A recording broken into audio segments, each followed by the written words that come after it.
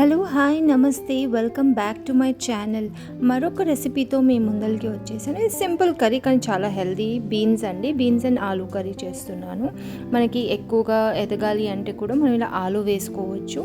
So ముందుగా ఉల్లిపాయలు cut చేసేసుకొని దాన్ని ఆయిల్లో మంచిగా ఫ్రై చేసుకోండి. అది ఫ్రై అయిపోయిన తర్వాత ముందుగా కట్ చేసుకొని పెట్టుకున్న ఆలూ ఇంకా బీన్స్ని మంచిగా వాష్ చేసేసి ఇంకా దాంట్లో వేసేసేయాలి.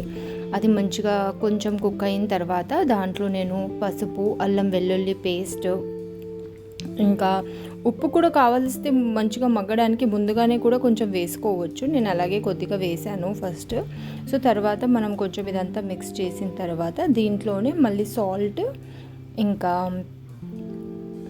కారపొడి వేస్తున్నాను. వేసేసి మంచిగా మిక్స్ చేసుకోవాలి. ఈ కర్రీ చాలా టేస్టీ ఉంటుంది. ఇది రైస్లోకి, చపాతీలోకి చాలా బాగుంటుంది. అంటే మీరు రైస్లోకి కావాలి అనుకుంటే ఇలా లంచ్ బాక్సెస్ అలా ప్రిపేర్ చేసినప్పుడు కొంచెం ఫ్రైలా కాకుండా లిక్విడ్గా కావాలి అంటే టమాటోస్ ఖచ్చితంగా వేసుకోవాలి. నేను ఇక్కడ 2 రెడ్ టమాటోస్ వేసుకుంటున్నాను. అసలే టమాటో రేట్ చాలా పెరిగిపోయింది. 100 రూపీస్ కేజీ అంటున్నారు. సో అయినా మనం వండక తప్పదు, తినక తప్పదు. సో నేను ఇలా వేసేసాను. టమాటోస్ ఒక 2 రెడ్వి వేసేసి దాని తర్వాత అది కొంచెం మగ్గిన తర్వాత లైట్గా దీంట్లో వాటర్ వేసాను. ఎందుకంటే మన గ్రేవీ కన్సిస్టెన్సీ ఉంటుంది. మనం బాక్సెస్లో వీళ్ళకి స్కూల్కి కానీ ఆఫీసెస్కి కానీ తీసుకువెళ్తే మనకి బాగుంటుంది ఫ్రై కన్నా.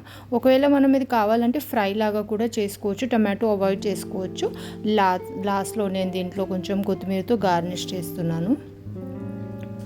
మళ్ళీ ఒకసారి మీరు సాల్ట్, రెడ్ చిల్లీ అవన్నీ సరిపోయాయో లేదో, ఉప్పు కారాలు ఒకసారి చెక్ చేసేసుకోండి. ఇదైతే ఒకసారి ట్రై చేయండి. టేస్ట్ చాలా బాగుంటుంది. బాయ్.